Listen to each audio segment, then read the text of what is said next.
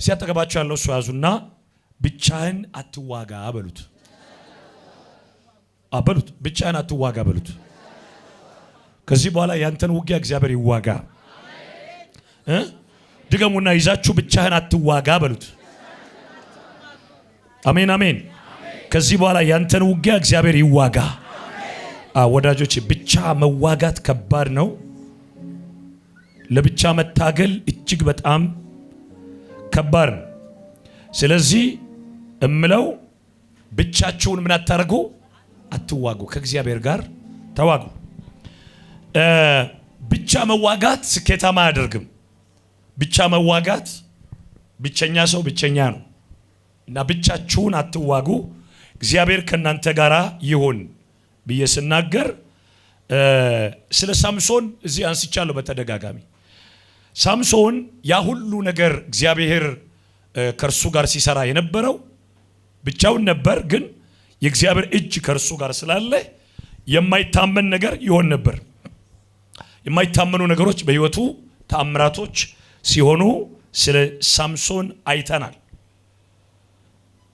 ዘፍጥረት ምዕራፍ 26 ከቁጥር 12 ላይ ስታዩ የአብርሃም ልጅ ይስሐቅ በጣም ረሃብ በሆነ ጊዜ ሰው ሁሉ ትቶ በሚሄድበት ጊዜ እሱም ጥሎ ሊሄድ ወደ ግብፅ ልቡ ባሰበ ጊዜ እግዚአብሔር ግን አትሂድ፣ በዚህ ሁን፣ በፍልስጤም አካባቢ ሁን አለ።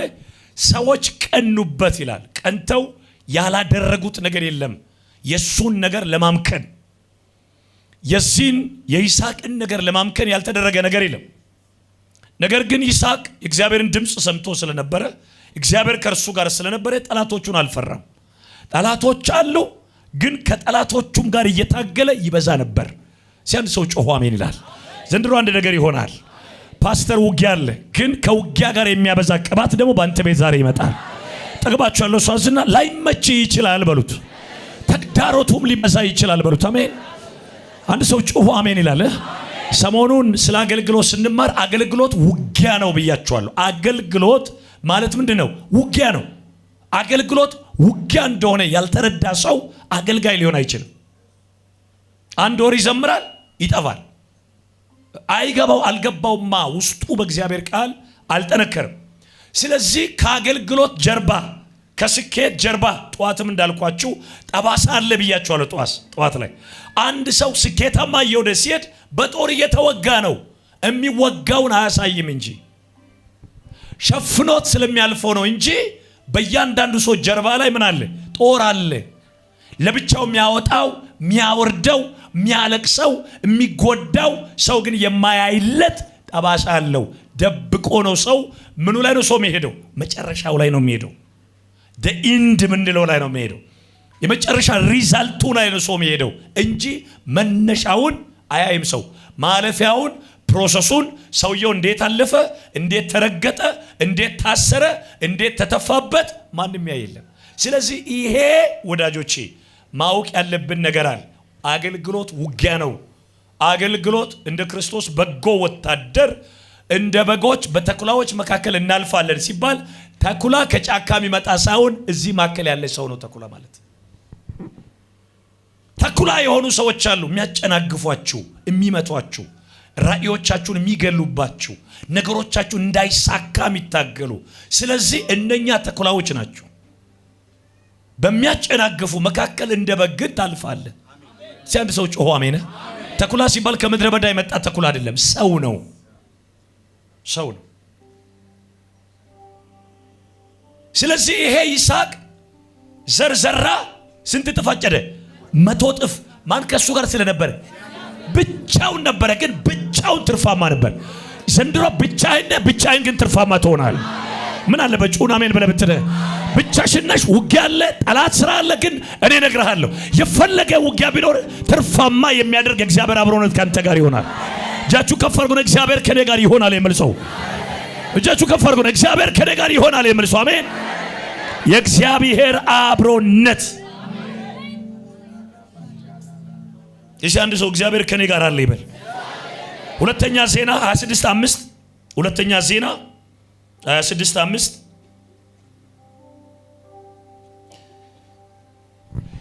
እግዚአብሔርን መፍራት ባስተማረ በዘካርያስ ዘመን እግዚአብሔርን ይፈልግ ዘንድ ልብ አደረገ። እግዚአብሔርን በፈለገ ጊዜ እግዚአብሔር ነገሩን ምን አደረገለት? አከናወነለት። ማንም በፈለገ ጊዜ እግዚአብሔርን በፈለገ ጊዜ እግዚአብሔር ምን አደረገለት? ነገሩ ምን አደረገ? አከናወነለት። እንዲከናወን ትፈልጋለህ? ፈልግ እግዚአብሔርን። ብቻህን አትታገል። አጠገባቸው ያለው ሰው ብቻህን አትታገል በሉት። እግዚአብሔርን ፈልገው በሉት። ያከናውንልሃል። እግዚአብሔርን በመፈለግ የሚከናወንለት አንድ ሰው አለ። ሁለተኛ እዛው ላይ 15 ቁጥር ላይ እንደዚህ ይላል፣ ኢየሩሳሌም በብልሃተኞች እጅ የተሰሩትን በግንብ ቅጥር ላይ የሚኖሩትን ፍላጻና መርቅ የሚወረወርባቸውን መሳሪያዎች አደረገ። እስኪ በረታም ድረስ እግዚአብሔር በድንቅ ረድቶታልና ዝናው እስከ ሩቅ ድረስ ተሰማ ይላል። አያችሁ፣ ይሄ ሰው እየበረታ ሄደ ይላል። ዳንኤል ላይ እግዚአብሔርን የሚያውቅ ሕዝብ ምን ይሆናል? ይበረታል። ይሄም እስኪ በረታ ዝናው እስኪሰማ ማን ከእርሱ ጋር ስላለ? እግዚአብሔር። ዘንድሮ ማንም ነገር ቢጠፋ እግዚአብሔር ካንተ ጋር ይሁን።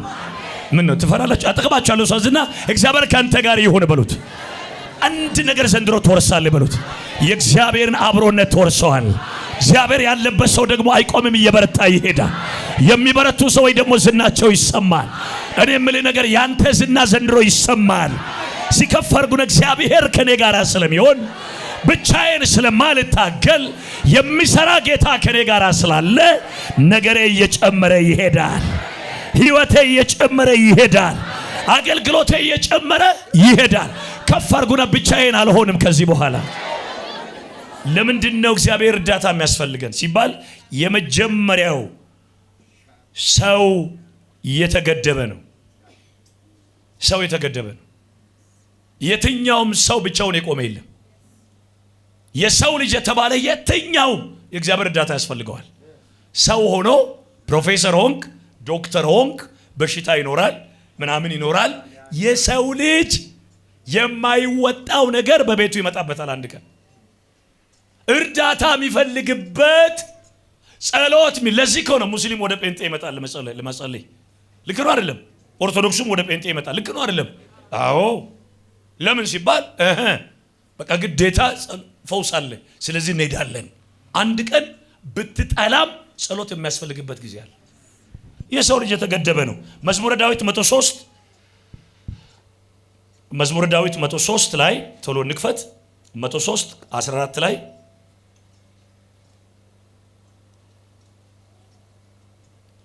መቶ3 14 እንደዚህ ይላል። ከቁጥር 14 ላይ 103 14 ላይ ፍጥረታችን እርሱ ያውቃልና አቤቱ እኛ አፈር እንደሆንን አስብ። ሰውስ ዘመኑ እንደ ሳር ነው፣ እንደ ዱር አበባ እንዲሁ ያብባል። ነፋስ በነፈሰበት ጊዜ ያልፋልና ስፍራውም ደግሞ አያውቅም ይላል። ተመልከት። እዚህ ሰፈር አበባ አለ፣ ጥቂት ጊዜ ታየ፣ ደመቀ ተባለ፣ ፀሐይ መጣ፣ ነፋስ መጣ፣ አበባው እዛ ሰፈር መኖሩም አይታወቅም፣ ያልፋል። ሰባተኛ ቤተሰብ ያለው ሰው አለ? ሰባተኛ አባት ያለው ሰው አለ? ስድስተኛ አባት እዚህ መካከል፣ አምስተኛስ? አራተኛስ? ምናልባት ሶስተኛ አለ፣ ግን ሶስተኛው አርጅቷል። አትጠራጠር።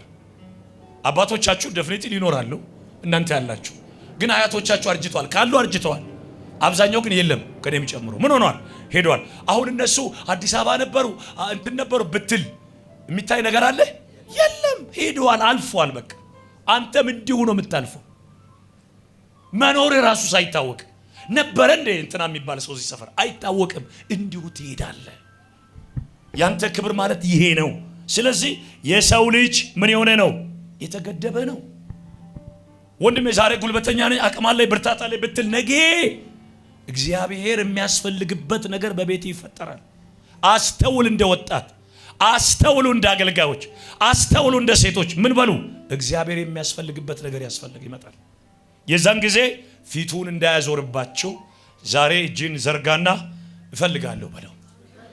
እፈልጋለሁ፣ ግድ የለም እፈልጋለሁ አንተን። አዎ ያስፈልገናል።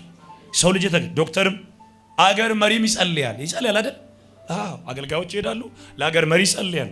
የሰው ልጅ የተገደበ ነው። ሁለተኛ በዚህ ምድር ላይ ቅን ፍርድ ስለሌለ እግዚአብሔር የሚያስፈልገን በዚህ ምድር ላይ ቅን ፍርድ የለም። እግዚአብሔር ከሌለ በስተቀር ቅን ፍርድ ስለሌለ ስኬታማ ልትሆናችሁ። ሌብነት አለ፣ ኮራፕሽን አለ፣ ዝርፊያ አለ፣ ተንኮለኛ አለ፣ ጉልበተኛ ቀድሞ ያልፋል። አንተ ጉልበት ከሌለ፣ ዘመድ ከሌለ፣ ሰው ከሌለ ልትወዳደር አትችልም። ባለፈው እንደነገርኳችሁ መክብብ 9:11 ላይ የሚገርም ነው። ከፀሐይ በታች ሩጫ ለፈጣኖች፣ ሰልፍም ለኃያላን፣ እንጀራም ለጠቢባን፣ ባለጠግነትም ለአስተዋዮች፣ ሞገስም ለአዋቂዎች እንዳልሆነ አየው። ጊዜና እድል ግን ሁሉን ያገናኛቸዋል። የሚገርም ተመልከቱ። ሩጫ ለፈጣኖች አይሆንም ይላል።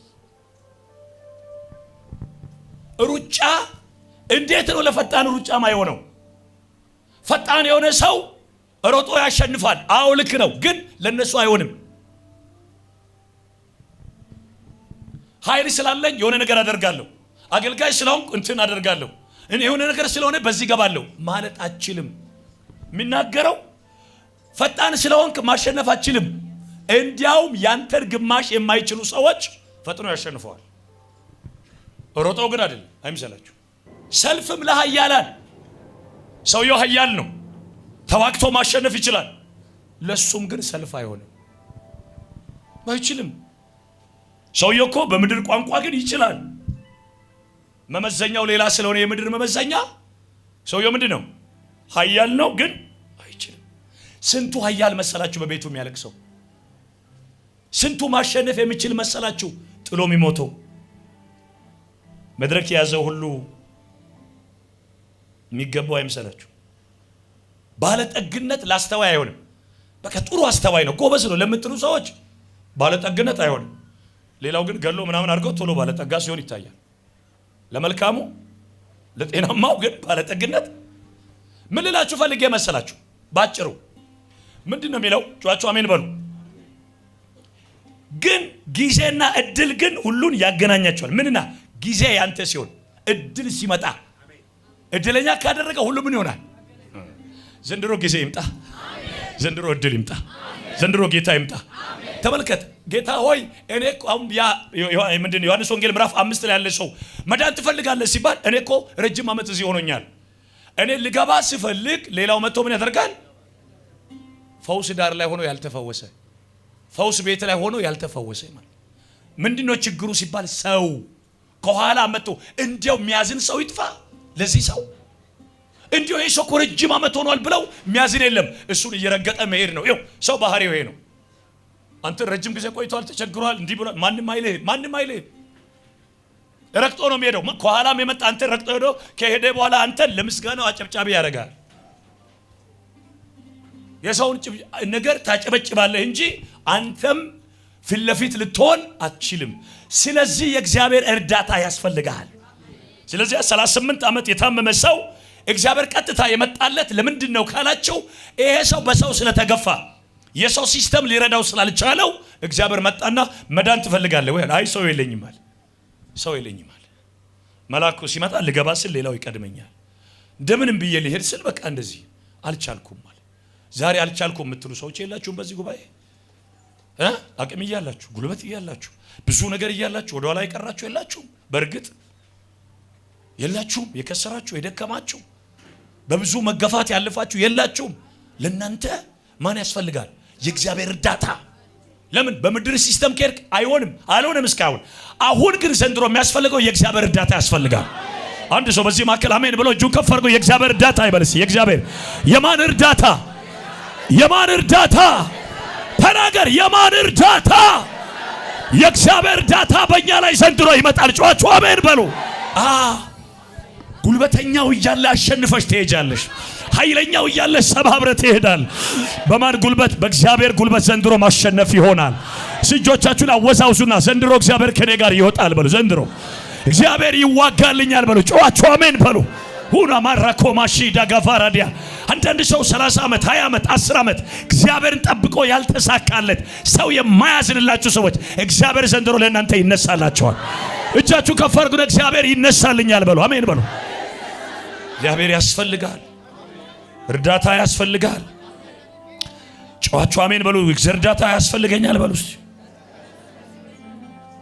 ሶስተኛ ለምንድን ነው እርዳታ የሚያስፈልገው? የመጨረሻው እግዚአብሔር እርዳታ የሚያስፈልገው ለምንድን ነው ሲባል በዙሪያችን ላይ የሰይጣን ውጊያ ስላለ። በአንተ ዙሪያ የሰይጣን ውጊያ አለ። ወደድክም ጠላህም ወደ ኋላ እንድትቀር የሚያደርግ የተቀነባበረ 24 ሰዓት የሚሰራ ወደ ኋላ የማይደክም ዴቪሊክ ፎርስ አለ። ዴቪሊክ ፎርስ አለ። አንዳንድ ነገሮች ስትሄዱ ቃሪያ በየሱቁ፣ አንዳንድ ቦታ ስትሄዱ በየቦታው ቃሪያ ምንድነው ይሁሉ ቃሪያ ድግምት ነው። በግልጽ ነው የሚሰራው። አንዳንዱ እባብ በግልጽ ይዞ ይሄዳል። ታያላችሁ እባብ ይዞ ምንድነው ሲል this is my lord ይላል። አምላኬ ነው ይላል። ኢትዮጵያ ሃይማኖት ሀገር ስለሆነ ነው እንዲህ የማይታየው እንጂ በስውርም የሚሞካከር ነገር እንዳለ ትሰማላችሁ አይደል እንዴ? አዎ ሰው በደንብ አድርጎ በጥንቆላ ያምናል። ወንድሜ ነጋዴ ሆነ የምትከስረው ለምን ይመስላል? ወይ እግዚአብሔርን አቅርብ ወይ ሰይጣንን አቅርብ። ሰይጣንን አታቅርብ፣ እግዚአብሔር ይቅርብ። ግን ይሄ ነው ሰይጣን ኃይል ከሚሰራ ሰው ጋር አንተ ደግሞ ብቻዬን እኔም በቃ ፌር በሆነ መልኩ ሄዳለሁ አትችልም። 24 ሰዓት ይሰግዳል እሱ። አንደኛ ጴጥሮስ 5:8 ባለፈው አንብበናል። አንደኛ ጴጥሮስ 5:8 ላይ ምናቀው በመጠን ኑሩ ንቁ፣ ባለጋራችሁ ዲያብሎስ የሚውጠን ፈልገው እንደሚያገሳ አንበሳ ይዞራል። በቃ ይዞራል፣ ባንተ ዙሪያ ላይ ይዞራል። አገኛታለሁ ብሎ ይዞራል። እንዳይሳካ መርገም፣ በሽታ፣ ወደ ኋላ መቅረት፣ አገልጋይ ሆኖ ማልቀስ፣ ተስፋ መቁረጥ። የጀመርከው ጧት አንድ አገልጋይ አይታችኋል መልእክት ሲናገር ዛ አማራ ክልል ኡመራ ነበርኩ፣ እዚህ መጣው አደራጁ ቸርቾቹ ፈረሱ። ጠላት ውጊያ ሰይጣን ይዋጋል። ይህን ቸርች አይዋጋም፣ ይዋጋል። መቆማችን አይዋጋም፣ ይዋጋል። መቆማችን አሁን ያለንበት ዋስትና ነው አይደለም፣ አናውቅም፣ ግን እንዋጋለን። ግን እስከ መጨረሻ እንታገላለን፣ ግን እናሸንፋለን። ውጊያ ግን አለ በዙሪያችን። ውጊያ የለም ሰላማዊ አትበል፣ ውጊያ አለ። አገልግሎት ከጀመርክ ውጊያ አለ። ዘማሪዎች ውጊያ አለ። እኔ ብዙ ትልልቅ ዘማሪዎች ያገኛሉ። ዘምሬ ተዘጋ፣ ድንገት ቀጥ አለ። ከዛስ የሚጠራኝ ሰው ጠፋ። እንዴት ነው ነገሩ? በእውነት ትልልቅ በጣም ሲኒየር የሆኑ ሰዎች በቃ ጠፋ። ምንም በቃ የሚጠራኝ ሰባኪም ጠፋ፣ ድንገት ተዘጋ። ምንድነው ጉዱ ብለው እኔ ጋር ለማጸለይም ይመጣሉ። ለምን ነው ሲባል ይቆልፋል። ለዚህ ነው እግዚአብሔር የሚያስፈልግ። ብቻዬን አትሩጥ። አገልግሎት ዋስትና አይደለም። ዛሬ ያለ ማሸብረቅ ዋስትና አይደለም። ነገ ኮንሲስተንት የሆነ የተከፈተ በር የሚመጣው እግዚአብሔር ባንተ ዙሪያ ሲሆን ነው። መዝሙረ ዳዊት 18:29 መዝሙረ ዳዊት 46:1 በቤታችሁ አንብቡ። ሌላው የእግዚአብሔር እርዳታ የሚያስፈልገው ለምንድን ነው ሲባል ገዳዮችና ተንኮለኞች ስላሉ የእግዚአብሔር እርዳታ ያስፈልጋል። የሳቀ ሁሉ ጤናማ አይደለም። ወደ ቤት የመጣ ሁሉ ጤናማ ማለት አይደለም። ታንተ ጋር የዞረ ሁሉ ጤናማ ነው ማለት አይደለም። ታውቃላችሁ አጠገባችሁ ያለው የእናንተ ጠላት ማን እንደሆነ? ማን ነው ጠላት? ካንተ ጋር የዞረ አንተን ስም ያጠፋ ማን ነው ጠላት? አታውቀውም። አቤል ባለፈው ብያቸዋለሁ አምልኮ ያመልካል። ቃየል ግን አምልኮ ማከል ቁጭ ብሎ እንዴት አርጌ ሰው እየገለዋለሁ? መች ገለዋለሁ? በምን አይነት ቦታ ገለዋለሁ ሲል እግዚአብሔር በአምልኮ መካከል መጣ። አንተ ልብ ጥሩ አይደለም ማለት እግዚአብሔርን ማርሰ እሱ ቁጭ ብሎ ስትራቴጂ ያወጣል። ይሄን ሰውዬ እዚህ ጋር እናንተ ጋር እያመለኩ የእናንተን መሞት የሚፈልጉ አሉ። ያ አትጠራጠር።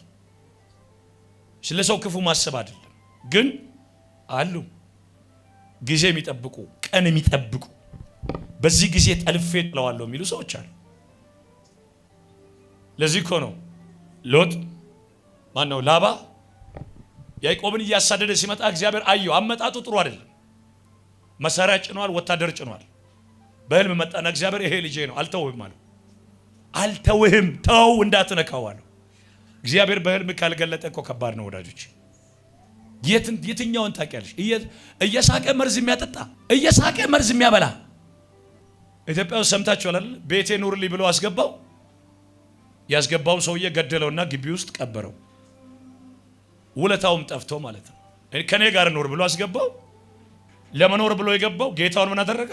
ገደለና ግቢው ላይ ጉድጓድ ቆፍሮ ቀበረ። ለዚህ ነው እግዚአብሔር የሚያስፈልግ። ሰው ሁሉ ጤናማ ይመስላል፣ ግን ጤናማ የማይሆንበት ጊዜ አለ ወንድሜ። የብዙ ሰዎች ነገር በሰው ፈርሷል እኮ። የብዙ ሰው ስራ፣ የብዙ ሰው ፋይናንስ፣ የብዙ ሰው ቸርች፣ የብዙ ሰው አገልግሎት እኮ በሰው ፈርሷል። በቅርብ ሰዎች you need help እርዳታ ያስፈልጋል። እርዳታ ያስፈልጋል። የምን እርዳታ? ሙሴ ከነዓንን እኮ ያልወረሰው በሰው ምክንያት ነው። ሲናደድ ሲያበሳጩት ሰልሉ ብሎ ሲንካቸው ተከፋፍለው 10 ሙሴን አንፈልግም ይላሉ። 10 ሁለቱ ብቻ እኔ ከሙሴ ጋር አለው ይላሉ። ሙሴ እኮ ጥቂት ሰው ነው የደገፈው፣ ለዛውም ያን ጃይንት የሚያክል የእግዚአብሔር ሰው። ህዝቡ ሁሉ ተነስቶ ሁሉ ጊዜ ድንጋይ ይዞ ሙሴን ያባረዋል። ሙሴ አገልጋይ ነው። ሲበሳጭ ሲናደድ ሲበሳጭ መጨረሻ ብስጭቱም ሲበዛ ነው እግዚአብሔር ያዛረገው ተዋል። አያችሁ ወዳጆቼ፣ ባጭሩ መናገር የምፈልገው ይሄንን ነው ወንድሜ። የእግዚአብሔር እርዳታ ያስፈልጋል። ሰው የተገደበ ነው። ኑሮ የተገደበ ነው። በዚህ ምድር ላይ ፌርነስ የለም። የምድር ሲስተም በዚህ የተዘጋ ነው፣ የተቀነባበረ ነው። ያጋንንት ውጊያ ያለ ባንቺ ዙሪያ ላይ ደርሶ የሚጨነግፉ ሰዎች አሉ። አገኘን ሲሉ የሚወድቁ ሰዎች አሉ። ክብራቸው ሲደርስ ከእጃቸው የሚወድቅ ነገር አለ። ያሰብሽው ሊትራሊ ያሰብከው ነገር ይሆናል ማለት አይቻልም። ፎርሙላ በሂሳብ ቋንቋ ነው የሚሰራው፣ በኑሮ አይሰራም። በኑሮማ ቢሰራ ስንት ነገር ነበረን በቀላሉ አንድ አርገን ድሮ እኮ ስንት ቸርች ሰርተን ነበር። ግያ ግን አይምሮ ነው የሚጎትተን ኃይል አለ ወደ ኋላ ወንድሜ። እስቲ አንድ ሰው ጮህ አሜን። ለዚህ ማን ያስፈልጋል? ደግማችሁ ያዙና ከዚህ በኋላ ስኬታማ መሆን ትፈልጋለህ ወይ በሉት። በደንብ አድርገን ንገረው፣ አታንቀላፋ። ከዚህ በኋላ ስኬታማ መሆን ትፈልጋለህ ወይ በሉት። ከዚህ በኋላ አሸናፊ መሆን ትፈልጋለህ ወይ በሉት። ከዚህ በኋላ ድል ትፈልጋለህ ወይ በሉት። እንግዲያ ብቻዬን አትሄድ፣ ከእግዚአብሔር ጋር ተራመድ። አሜን የሚል ሰው ብዙ አይሰማኝም። ደግማችሁ ያዙና ከእግዚአብሔር ጋር ስራ በሉት። አሜን። ከእግዚአብሔር ጋር ነግድ በሉት። ከእግዚአብሔር ጋር አገልግል በሉት። ከእግዚአብሔር ጋር ጀምር በሉት። ከእግዚአብሔር ጋር የጀመረ ሰው መቼም መንገድ ላይ አይወድቅም። የፈለገ የሰው ክፉ ቢነሳ አሸናፊ ያደርጋል። የፈለገ የሰው ተግዳሮት ቢነሳ እግዚአብሔር ከፊት ይቀድማል። እጃችሁን ከፍ አድርጉና እሱ ከኔ ጋር አለ በሉት። ስለዚህ ቀድማለሁ በሉት። አሜን። አሸናፊ ሆናለሁ በሉት። አሜን። የተዘጋውን የተቆለፈውን አይቻልም የተባለውን በሙስና የተበጣጠሰውን ነገር አንተ ግን ምን ታደርጋለህ? እግዚአብሔር ካንተ ጋር ስላለ አልፈት ሄዳል። በእውነት ነው የምላችሁ፣ እግዚአብሔር አሸናፊ ያደርጋችኋል። ያ ሁሉ ቅድም የተናገርኩት አይሆንም የሚል ነው። ነገር ግን እግዚአብሔር ካንተ ጋር ሲሆን እሱ ከፊት ሲቀድም ጠላቶቻችሁ ይወድቃሉ። ለስንት ሰው መልእክት አለኝ? ለ5 ሰው ለ10 ሰው አይቻልም የተባለ ቦታ የሚደርሱ ሰዎች አሉ። አይወረስም የሚባል ቦታ ላይ ደርሶ የሚወርሱ ሰዎች አሉ። ከዚህ በኋላ አበቃ የተባለውን ነገር ይዘው የሚሄዱ ሰዎች አሉ። ምክንያቱም በራሳቸው ሳይሆን በእግዚአብሔር ስለሚታመኑ እግዚአብሔር ታሪካቸውን ይቀይራል። እግዚአብሔር ዘመናቸውን ይቀይራል። ከፍ አድርጉና እግዚአብሔር ከኔ ጋር አለ በሉ። ድገሙና እግዚአብሔር ከኔ ጋር አለ በሉ። የብቸኝነት ዘመን በኢየሱስ ስም አበቃ። የብቸኝነት ታሪክ አበቃ። ካንቺ ጋር እግዚአብሔር ይወጣል። ካንተ ጋር እግዚአብሔር ይወጣል። እጃችሁን ከፍ አድርጉና እግዚአብሔር ከኔ ጋር ይወጣል በሉ። አወዛውዙ፣ እጆቻችሁን አወዛውዙ። እግዚአብሔር ከኔ ጋር አለ። ሃሌሉያ ሃሌሉያ። ወደ ኋላ የቀራችሁ ዘንድሮ ታሸንፋላችሁ። ከማን የተነሳ? ከእግዚአብሔር የተነሳ። ገዳይ አይችልም። ዲያብሎስ አይችልም። የሰው ክፋት አይችልም። የሰው ሲስተም አይችልም። ያንተን በር እነሱ ይዘጋሉ፣ እግዚአብሔር ይከፍታል። እነሱ ክፉ ያወራሉ፣ እግዚአብሔር ነገሮችን ከፍቶ ይሄዳል። አወዛውዙና ጌታ ከኔ ጋር አለ በሉ። አሜን። አንዳንድ ሰው የማይቻልበት ቦታ ገብቶ ገለባብጦ ይወጣሉ፣ ሰባብረው ይወጣሉ።